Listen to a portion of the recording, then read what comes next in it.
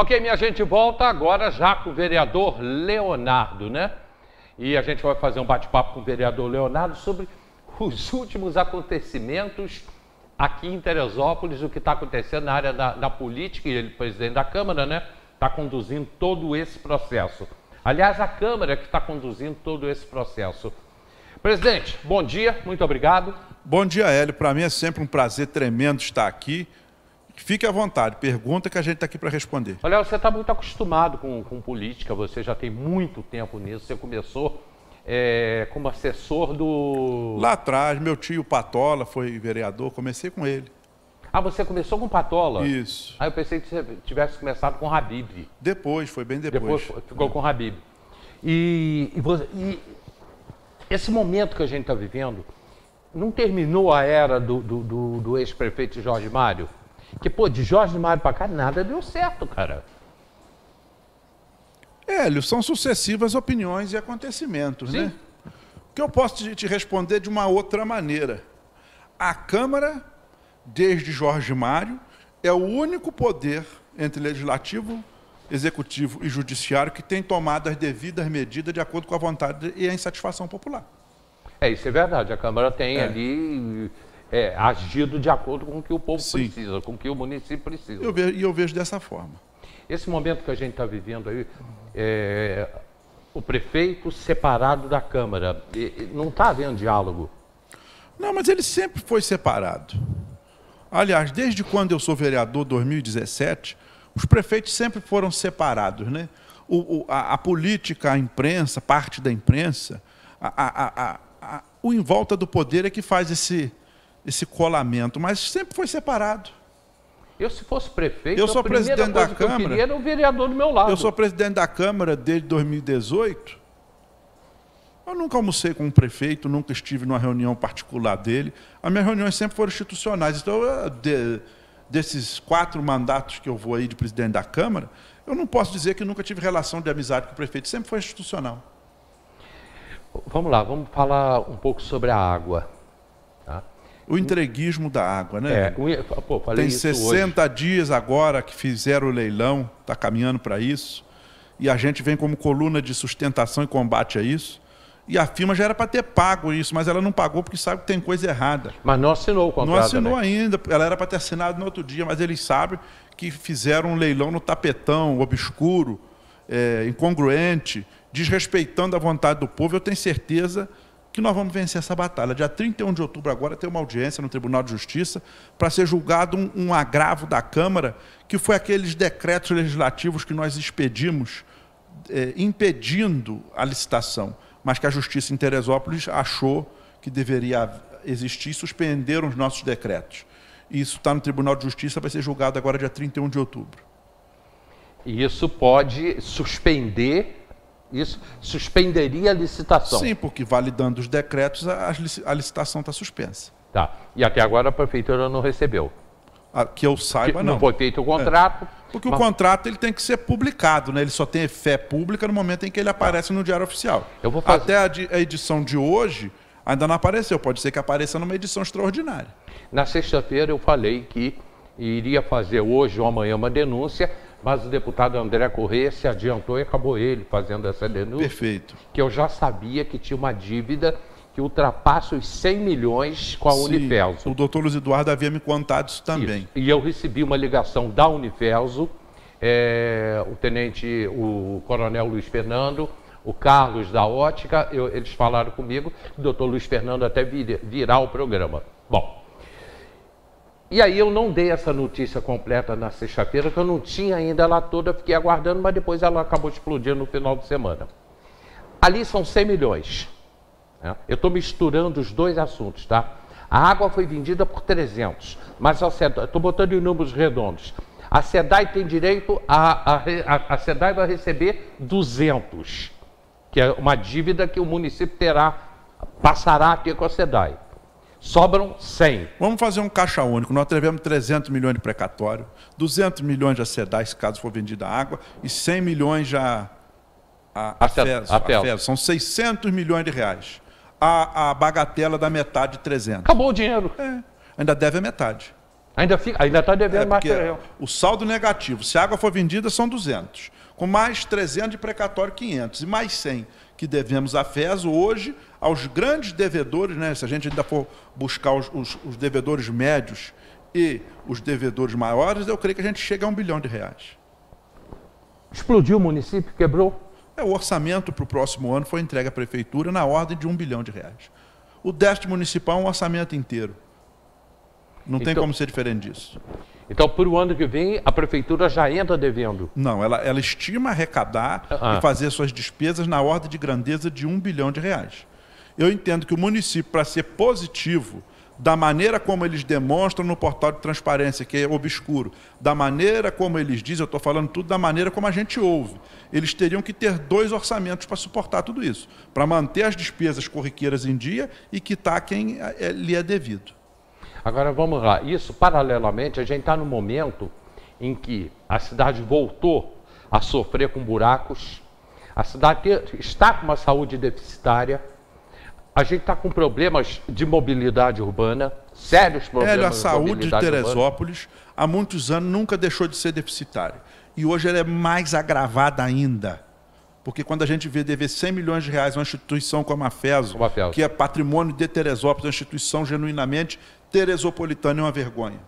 Quando a gente vê a beneficência portuguesa, por mais investimentos que esse governo já fez, ainda foram acanhados, não consegue terminar os 10 leitos de CTI que foram prometidos. Quando a gente vê ali na Tenente Luiz Meirelli, onde era o antigo ambulatório da Unifeso, o governador fez um esforço, está desapropriando o prédio, mas a prefeitura não se movimenta para equipá-lo, para ser ali um lugar de atenção à mulher. Então, nesse momento, você botaria a saúde em que posição? A saúde é o pior problema da cidade de Teresópolis. É o pior problema. Porque, e aí você vai concordar comigo, no momento em que, desde a pandemia, a prefeitura inaugurou a exportação de pacientes. Todo dia eu recebo ligações de amigos que estão com familiares na UPA e estão exportando essas pessoas para Cantagalo, para Volta Redonda, para Duque de Caxias, para Barra Mansa. Daqui uns dias vão mandar até para outro estado, que eu já vi falar que mandaram esse dia até lá para perto de Além Paraíba. O Jones está fazendo aqui uma pergunta, mas ele já respondeu, mas eu vou fazer essa pergunta que eu sei o que ele vai te responder, óbvio. Ele está dizendo que a Câmara deveria fiscalizar o prefeito e que a Câmara está prevaricando porque não está fiscalizando. Muito pelo contrário, Hélio. Como eu te disse, o único poder que tem freado as atrocidades desse governo é a Câmara. Manteve as contas dele reprovado, o prefeito hoje é inelegível porque tem suas contas reprovadas pelo Tribunal de Contas e reforçadas pela Câmara, referendadas, né? Tentou vender a SEDAI, é o único órgão público de representatividade do povo que está contra isso, é a Câmara. Né? Tentou fazer venda de teleférico, nós proibimos. Tentou fazer a Sudantec, nós proibimos. Existe uma ação minha na Justiça, que eu venho brigando muito e ainda não fui o vencedor dela, mas eu tenho certeza que em breve nós venceremos, que é contra a taxa de iluminação pública. Nunca se arrecadou tanto e se prestou tão pouco serviço. Ou seja, o serviço de iluminação até melhorou, mas ele hoje, da maneira como é prestado, ele tem como ser muito mais barato do que realmente a prefeitura vem arrecadando. Prova disso que ela tem desvinculado no mínimo 30% desse dinheiro todo ano para colocar na folha de pagamento. Ou seja, nós na conta de luz estamos inteirando a folha de pagamento da prefeitura por incapacidade dela. Sem contar que o parque de LED que foi colocado já barateia a taxa, a conta de luz, porque a gente tira aquelas antigas lâmpadas de vapor de sódio, vapor de mercúrio, e quando traz para o LED, a conta já tende a ser mais barata. Então, só a eficiência energética do consumo do LED já bastaria para dar uma economia. Uma tarifa de iluminação pública hoje, que numa conta comum, mais simples que seja, pagar R$15 é muito dinheiro. Léo, a semana passada nós tivemos aí a comissão processante. A gente já explicou, eu vou pedir para você explicar novamente, o que é a CPI, o que é a comissão processante, e muita gente acha que o prefeito já sairia dali afastado. Aí eu queria que você explicasse isso e como é que vai funcionar daqui para frente. Qual é o mecanismo daqui para frente? A CPI é Comissão Parlamentar de Inquérito. Perfeito. O que é o inquérito? É investigativo. Investigação. É buscar fundamentos em cima das denúncias apresentadas. E aí sai um relatório emitido pelo vereador Rangel, que foi aceito por todos os vereadores, a maioria e unanimidade da Câmara aceitaram, delineando alguns erros que o inquérito apurou. Qual é o papel da processante que foi apresentada? É pegar todo esse inquérito e, em cima desse inquérito, fazer juízo de valor se realmente existiram infrações político-administrativas e tomar a atitude adequada. É como se, por exemplo, você é furtado seu celular, você vai na delegacia, é feito um inquérito de investigação e tal. Depois, se chegou um culpado, isso vai para a justiça, para que a justiça tome as devidas providências de prisão ou de ressarcimento e tal. A CPI é como se fosse a delegacia. A processante é uma atividade já judiciária de julgamento em cima de um inquérito que foi concluído. Tá, e a partir de agora, ele tem 90 dias, a comissão tem 90 dias. Do momento em que ele foi notificado, pelo que eu soube foi na sexta-feira, da sexta-feira contaremos 90 dias para ela terminar. Ao final dos 90 dias tende a existir uma conclusão. Se está tudo direito, ou se está tudo certo, ou se está mais ou menos, a conclusão tem que chegar. E quando esse relatório? Seria um relatório, né? É um relatório apresentado pelo vereador Diego Barbosa. Tá, aí o vereador Diego Barbosa apresenta esse relatório, vai para plenário? Sim, aí o plenário concorda com o relatório ou não concorda. Ou ainda alguém dentro da comissão, dentre os três, pode apresentar um relatório paralelo que não concorde com o relatório. É isso que eu queria saber de você, porque eu vi você falando, embora eu já tenha visto isso acontecer, o que seria um relatório paralelo, que são 3 na comissão. Isso. Então vamos pegar o vereador Fidel, por exemplo, ele não concorda com o relatório, ele pode fazer um dele? Ele pode apresentar um relatório divergente. E aí o plenário vai analisar qual dos dois tem melhor fundamento. Eu estou insistindo nisso, gente, que é para que as pessoas realmente entendam, inclusive vou trabalhar em cima disso essa semana, que as pessoas têm muita dúvida.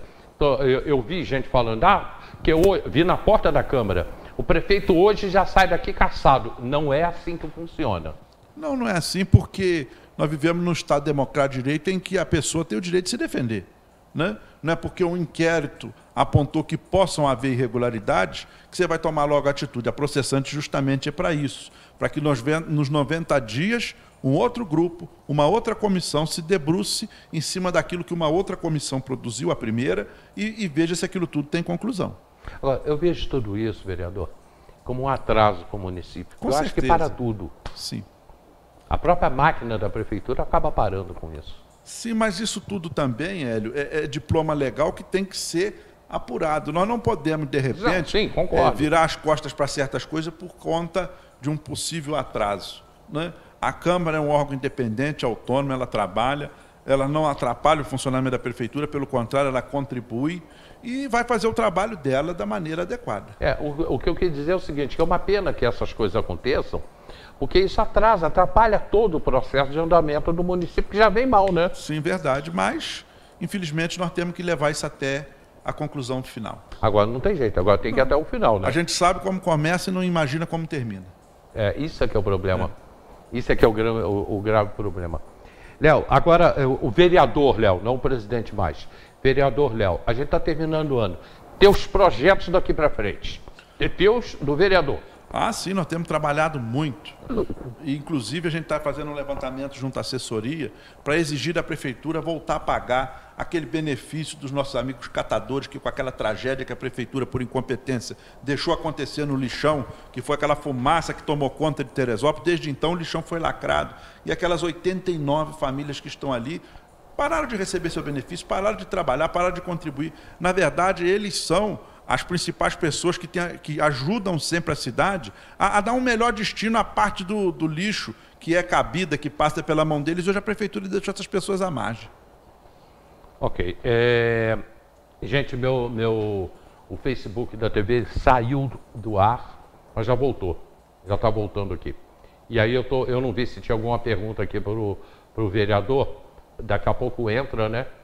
E aí eu faço essas perguntas aí para o vereador. São 10h31, eu vou rapidamente para o comercial, a gente volta conversando com o vereador Leonardo. Rapidinho a gente está de volta.